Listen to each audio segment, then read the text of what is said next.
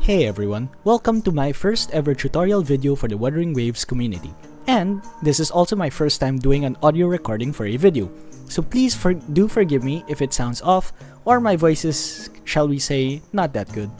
Anywho, for today's video, I just wanted to do a little tutorial on rotations for some premium and free-to-play teams.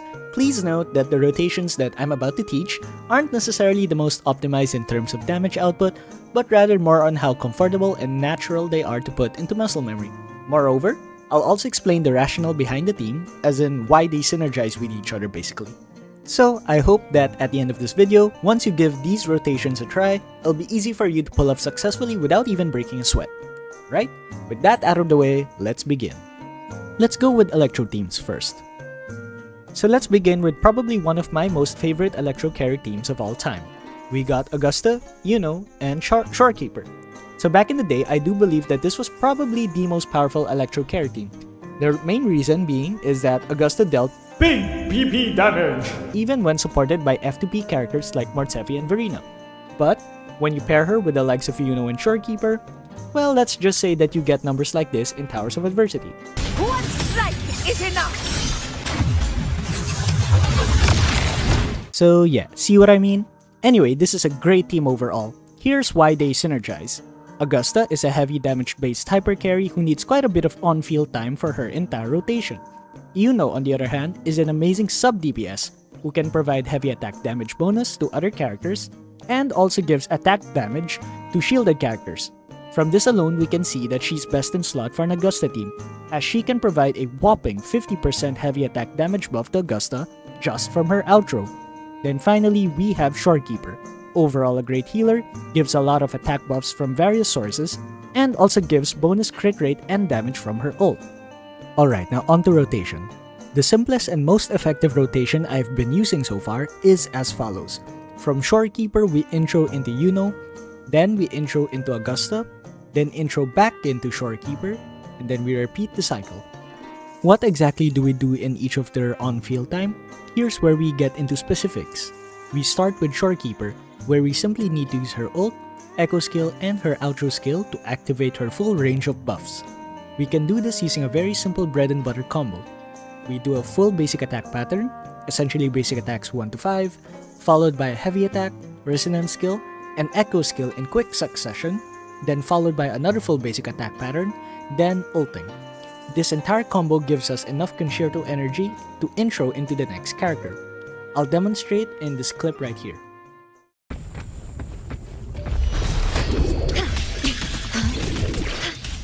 Here you can do heavy attack, resonance skill, and echo skill in quick succession. I engraft you new. As you can see, this combo gave us enough concerto energy for when we switch into Iuno. Do note that this entire rotation can be sped up significantly by dodging, as dodging gives a significant amount of concerto energy. Anyway, back to the drawing board. After doing this entire rotation, the following buffs will then be activated. We have the Rejuvenating Glow Echo Set buff, which gives 15% attack for all members for 30 seconds upon healing allies. Then we have Shorekeeper's Resonance Liberation buff, which gives a max of 12.5% crit rate and 25% crit damage within her ult range. We have her outro skill buff, which gives 15% damage amplification for 30 seconds. And then we have her echo skill buff, which in this case should be the Fallacy of No Return, which gives 10% bonus attack for 20 seconds to all members. Alright, let's get into Iuno. After Shorekeeper, when we intro into Iuno, we will simply want to do her full damage rotation for maximum damage output. It's a little bit too long to explain, so let's get a little demonstration.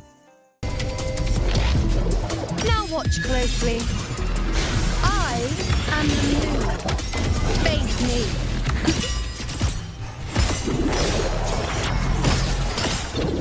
Answer my call.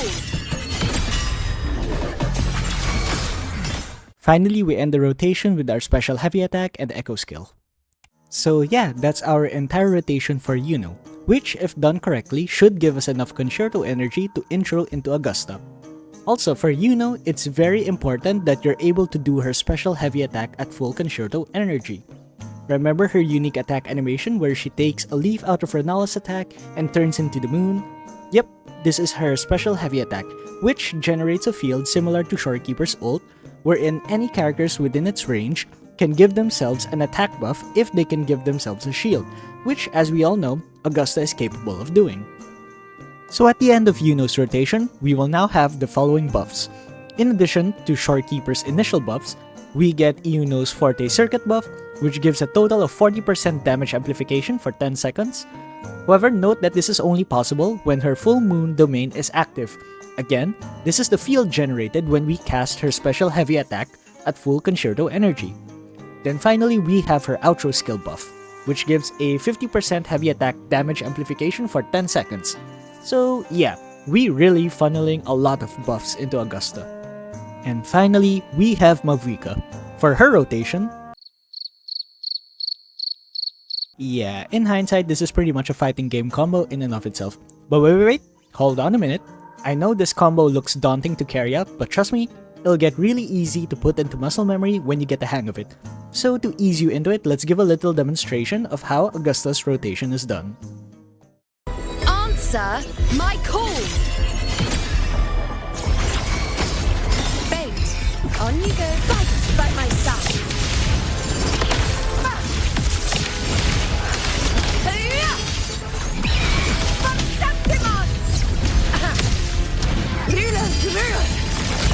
Winners win!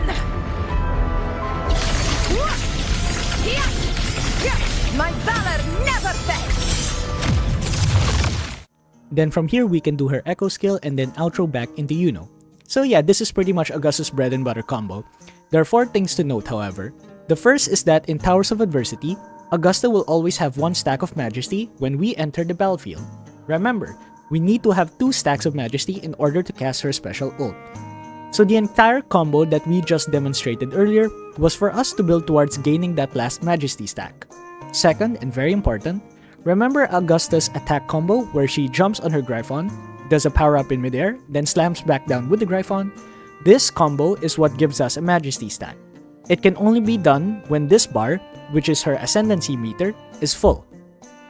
So essentially from the start of the rotation, from her intro skill into heavy attack, resonance skill into heavy attack, and then using her normal ult, this first half of the combo is what gives us enough Ascendancy stack to cast her special resonance skill combo to obtain the Majesty stack.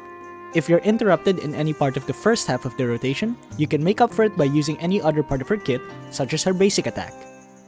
Third, to maximize Augusta's final damage output during her ult, you want to make sure that all your buffs are active, especially Iuno's buff from her Forte Circuit, marked by this indicator here. Remember, this is part of Iuno's kit that gives damage amplification per stack, whenever a character gains a shield. So Augusta will passively gain these stacks as she goes through her rotation, and only when you have max stacks is when you should use her special ult. Fourth and last, when we outro out of Augusta after her final ult and intro back into Shorekeeper to start a new rotation, we have to remember not to switch out of Shorekeeper at this stage, and make sure that we go through her full rotation first, then intro into Iuno. Why does this matter? Because of Augusta's outro skill, which will allow the resonator she switches into to give Augusta 1 stack of Majesty when that resonator casts her outro skill.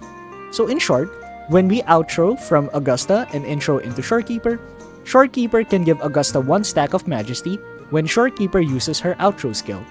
This allows for a smoother flow all in all when we get into Augusta's rotation, so that we only have to bother with getting 1 stack of Majesty to cast her special ult. Alright, I know that was a lot of yapping and I'm sorry for that, but really all that I've just taught you goes a long way in showing you the entire rotation for this team, how it works, and why do we do specific things in the order that I've shown you. Now, keep in mind that, of course, you won't always be able to strictly follow the full rotation, because in combat, things are dynamic and there are various factors that will influence your gameplay. For example, here in this clip, during Augusta's rotation, I was unfortunately caught by one of the Lampi Lumen's attack and was frozen for a short while. So things like this can happen and you really just have to adjust accordingly. Alright, enough yapping, now comes the moment you've all been waiting for. Here's the full rotation for this premium team for Augusta. Please enjoy.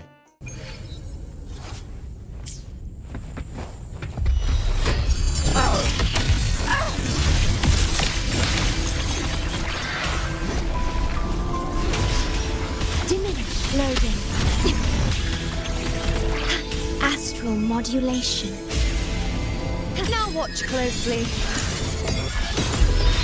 Entertain you.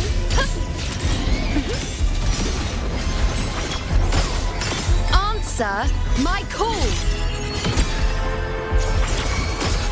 Fate. On you go. Fight by my side.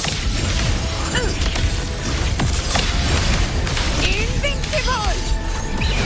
Sing of my triumph. Rulers rule. Winners win. Here. One strike is enough.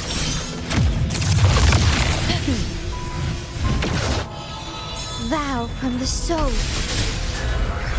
Diminish. Loading. In war with time.